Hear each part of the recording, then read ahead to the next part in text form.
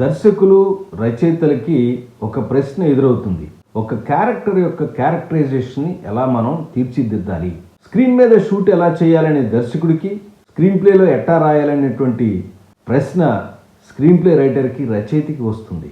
ఒక క్యారెక్టర్ యొక్క క్యారెక్టరైజేషన్ని రాయటానికి కానీ తీర్చిదిద్దడానికి కానీ 4 స్టెప్స్ని చెప్పదలుచుకున్నాను. ఫస్ట్, ఆ క్యారెక్టర్ వేసుకునేటువంటి ఆహార్యం, డ్రెస్ లేదా ఫిజికల్ అపీరెన్స్, ఆ క్యారెక్టర్ ఫిజికల్గా ఎట్లా ఉంది, ఎలాంటి వేష భాషలు వేసుకుంది అనే దాన్ని బట్టి దాని యొక్క క్యారెక్టరైజేషను మనం రాయవచ్చు.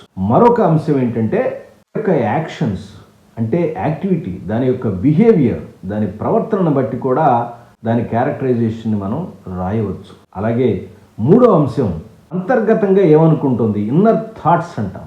ఆ క్యారెక్టర్ మనసులో ఏమనుకుంటుంది, మనం విజువల్గా చూడొచ్చు, సినిమాలో వేరే భావంతో ఉండొచ్చు, కానీ ఆ మనసులో ఏమనుకుంటుంది అనే విషయాన్ని వాయిస్ ఓవర్లో ఒక రకంగా చెప్తూ ఉంటారు.